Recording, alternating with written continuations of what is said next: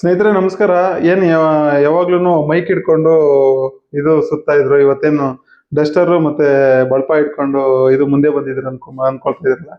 ಈ video especially ದೊಡ್ಡ ಸಾಳದ ಜನಕ್ಕೆ, ದೊಡ್ಡ ಸಾಳದಲ್ಲಿ ಇರ್ತಕ್ಕಂಥ ಆಗು ಹೋಗುಗಳ ಬಗ್ಗೆ ಇವತ್ತು ನಿಮ್ ಮುಂದೆ ಇರ್ತಕ್ಕಂಥ ಒಂದು ವ್ಯವಸ್ಥೆ ನೋಡ್ಬೋದು. ನೀವು ಇವತ್ತು ದೊಡ್ಡ ಸಾಳದ ಮೇಲ್ಭಾಗದಲ್ಲಿ VM ಟೌನ್ಶಿಪ್ ಅನ್ನೋದು ಇದೆ. ಇಲ್ಲಿ ಒಂದು 15 ಎಕರೆನಲ್ಲಿ VM ಟೌನ್ಶಿಪ್ ಇದೆ.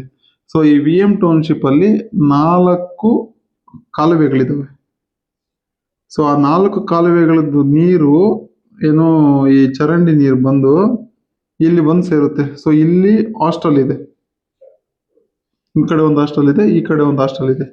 ಸೊ ಈ ಹಾಸ್ಟೆಲ್ ಮುಖಾಂತರ ನೀರು ಇನ್ಕ್ಲೂಡಿಂಗ್ ಇವಾಗ ಈ ಹಾಸ್ಟೆಲ್ದು ಟಾಯ್ಲೆಟ್ ಅಂದ್ರೆ ಇದೇನು ಬಟ್ಟೆ ಒಗೆಯೋದಾಗ್ಬೋದು ಅಥವಾ ಏನು ಸ್ನಾನ ಮಾಡೋದಾಗ್ಬೋದು, ಈ ತರ ಒಂದು ವಾಟರ್ ಇದ್ರಲ್ಲಿ ಸೇರ್ಕೊಳ್ಳುತ್ತೆ. ಸೊ ಆಮೇಲೆ ಈ ಹಾಸ್ಟೆಲ್ದು, ಇದು ಹಾಸ್ಟೆಲ್ ನೋಡಿ, ಈ ಹಾಸ್ಟೆಲ್ದನ್ನು ಇಲ್ಲಿ ನೀರು ಸೇರ್ಕೊಳ್ಳುತ್ತೆ. ಸೊ ಈಗ ಏನಾಗುತ್ತಂದ್ರೆ ಇಲ್ಲಿ 10-15 ಎಕರೆ ಇದು VM ಟೌನ್ಶಿಪ್.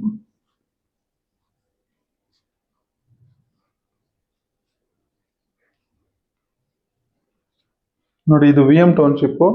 ಈ 10-15 ಎಕರೆದಲ್ಲಿ ಇರ್ತಕ್ಕಂಥ VM ಟೌನ್ಶಿಪ್ ಲೇಔಟ್ ಏನಿದೆಯೋ, ಈ ಲೇಔಟ್ದು ಈ ಏನು ಈ ನಾಲೆಗಳ ಮುಖಾಂತರ ಈ ಚರಂಡಿ ನೀರೆಲ್ಲ ಬಂದು ಇಲ್ಲಿ ಸೇರ್ಕೊಳ್ಳುತ್ತೆ. ಸೊ ಇಲ್ಲಿಂದ ಏನಾಗುತ್ತಂದ್ರೆ ಈ ಒಂದು ಹಾಸ್ಟೆಲ್ಗಳದ್ದು ಸೇರ್ಕೊಂಡು ಇದ್ರ ಮುಖಾಂತರ ಈ ನಾಲೆ ಬಂದು ಸೇರ್ಕೊಳ್ಳುತ್ತೆ. ಸೊ ಇಲ್ಲಿಂದ ಮತ್ತೆ ಇಲ್ಲಿಂದ ಈ ರಾಜಕಾಲಿ ಸೇರ್ಕೊಳ್ಳುತ್ತೆ. ಇದು ದೊಡ್ಡಸಾಳ ಗ್ರಾಮ, ಈ ಕಡೆ ದೊಡ್ಡಸಾಳ ಗ್ರಾಮ. ಈ ಗ್ರಾಮದ ಸೆಂಟ್ರಲ್ಲಿ ಮಧ್ಯಭಾಗದಲ್ಲಿ ಏನಾಗ್ತಾ ಇದೆ ಅಂದ್ರೆ ಈ ಒಂದು ರಾಜಕಾಲುವೆ ಹೋಗ್ತಾ ಇದೆ. ಇದು ಇಲ್ಲಿ ರಾಮರ ದೇವಸ್ಥಾನ ಇದೆ, ರಾಮ ಟೆಂಪಲ್.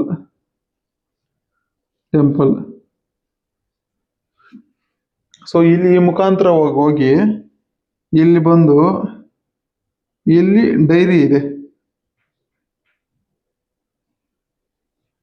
ಸೊ ಈ ಡೈರಿ ಮುಖಾಂತರ ಹೋಗಿ ಇಲ್ಲಿ ಸ್ಕೂಲ್,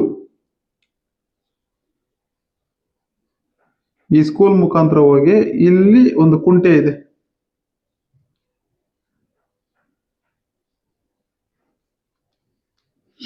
ಇದೆಲ್ಲ ಏನಕ್ಕಪ್ಪ ಹೇಳ್ತಾ ಇದೀನಿ ಅಂದ್ರೆ ನಿಮ್ಗೆ ನೋಡಿ, ಈ VM ಟೌನ್ಶಿಪ್ದು ಮತ್ತೆ ಈ ದೊಡ್ಡ ಹಾಸ್ಟೆಲ್ಗಳದ್ದು ಇದೆಲ್ಲ ಸೇರಿ ಈ ಒಂದು ನಾಲೆನಲ್ಲಿ, ಅಂದ್ರೆ ಇದೇನು ನಿಮ್ಗೇನ್ ರಾಜಕಾಲುವೆ ಅಂದ್ರೆ ಒಂದು ಏನು 20 ಅಡಿ ಅಗಲ ಇಲ್ಲ ರಾಜಕಾಲುವೆ. ಅದೇನಿದ್ರು ಒಂದ್ 2-2.5 ಅಡಿ 3 ಅಡಿ ಇರ್ಬೋದು, ಅಷ್ಟಕ್ಕೆ ಸೀಮಿತವಾಗಿದೆ.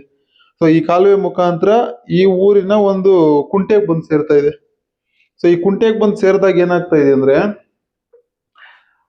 ಈ ಲೇಔಟ್ ಗಲೀಜು, ಈ ಹಾಸ್ಟೆಲ್ ಗಲೀಜು ಈ ಕುಂಟೆಗೆ ಸೇರ್ತಾ ಇದೆ. ಸೊ ನೆಕ್ಸ್ಟ್ ಏನಾದ್ರು ಈ ಊರಲ್ಲಿ ಏನಾದ್ರು ಮಳೆ ಅತಿ ಹೆಚ್ಚವಾಗಿ ಒಂದು 3 ಸೆಂಟಿಮೀಟರ್ 4 ಸೆಂಟಿಮೀಟರ್ ಮಳೆ ಬಿದ್ದಾಗ ಏನಾಗುತ್ತಂದ್ರೆ ಇದೆಲ್ಲ ನೀರು ಸೇರಿ ಈ ಕಾಲುವೆನಲ್ಲಿ ಬಂದು ಇಲ್ಲಿ ಭಜನೆ ಗುಡಿ ಅಂತ ಇದೆ,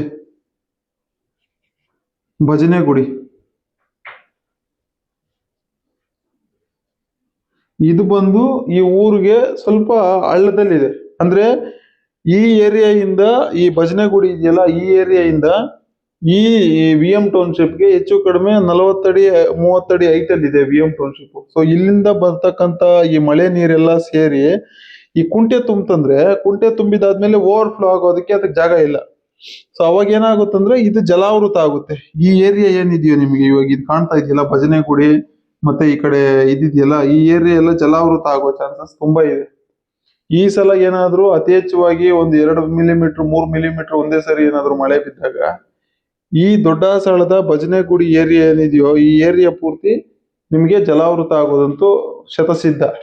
ಸೊ ಈ ನಿಟ್ಟಿನಲ್ಲಿ ಈ ಏನು ದೊಡ್ಡ ಸಾಳದ ಜನ ಇವತ್ತೇ ಡಿಸೈಡ್ ಮಾಡಿ, ಈ ನೀರ್ನ ಮೊದಲು ಇಲ್ಲಿ ಹುಣಸೆ ತೋಪಿತ್ತು.